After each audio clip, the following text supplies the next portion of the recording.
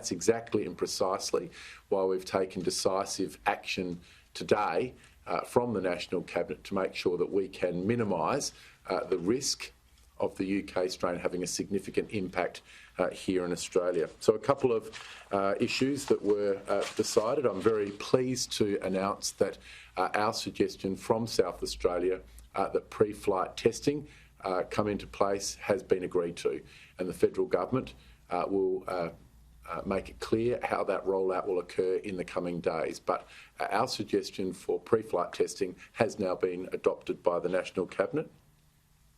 Secondly, we have now adopted a new national standard with regards to the wearing of masks on international and domestic flights. This previously was on advice. People should wear them. It is now people must wear them on all domestic and international flights. And then also we made a decision within National Cabinet today that we would not be increasing the overall number of international repatriation flights that we have coming in. There was some pressure for states to increase their room caps, but South Australia will be remaining exactly where we have, which is at a diminished level from where we were several weeks ago prior to the Parafield cluster. As you would be aware, there is a significant issue in Brisbane at the moment, and Premier Palaszczuk has made it clear that the Greater Brisbane area will have a lockdown from 6 p.m. tonight until 6 p.m. on Monday night. This will be for Brisbane, Redland, Ipswich, Moreton Bay, and also Logan. So Brisbane, with those other areas included, will be on a lockdown from 6 o'clock tonight through till 6 o'clock on Monday. Premier Palaszczuk has asked all other states to declare those areas as a hotspot, and we have agreed to that on a national basis. So people won't be moving in or out of those areas as of 6 o'clock tonight. We will put our direction in place so that as of midnight tonight, anybody coming in from that area will be required to do a 14-day quarantine. But as I said, people are not going to be moving in or out of those areas as of 6 o'clock tonight.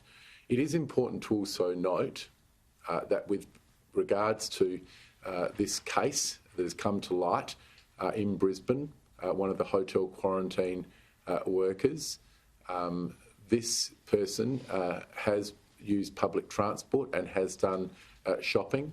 A net is being put over all of the close contacts of that person at the moment.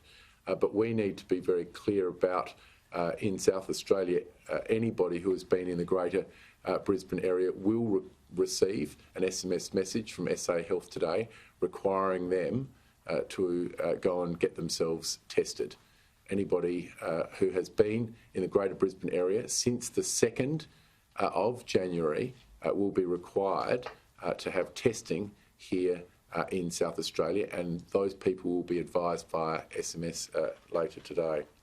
We will clearly be looking very closely at this case over the next 3 days. We expect the testing in Queensland will significantly increase, and we'll be looking very carefully at that. And if we need to take any further action with regards to border restrictions with Queensland, then we will have no hesitation in calling a press conference and doing that immediately. Finally, today we discussed at length the issues with regards to the vaccine rollout in South Australia. We do want to have a fast-track TGA approval for the vaccine that we use. We will start using the Pfizer vaccine, which will receive its registration in very likely later this month for immediate use in February. Around the middle of February, we will start with some of those high-risk groups.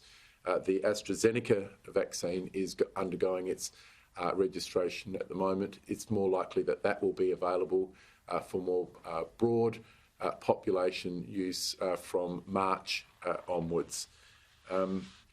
There are still many questions with regards to the exact logistics for the vaccine rollout, but what I can say is that all states are working with the Commonwealth to make sure that we can roll out this vaccine as quickly and as efficiently as possible, but it will be done in a prioritised, risk-based way. And I would like to acknowledge and thank SA Health for the work that they've already been doing on the vaccine rollout since last year.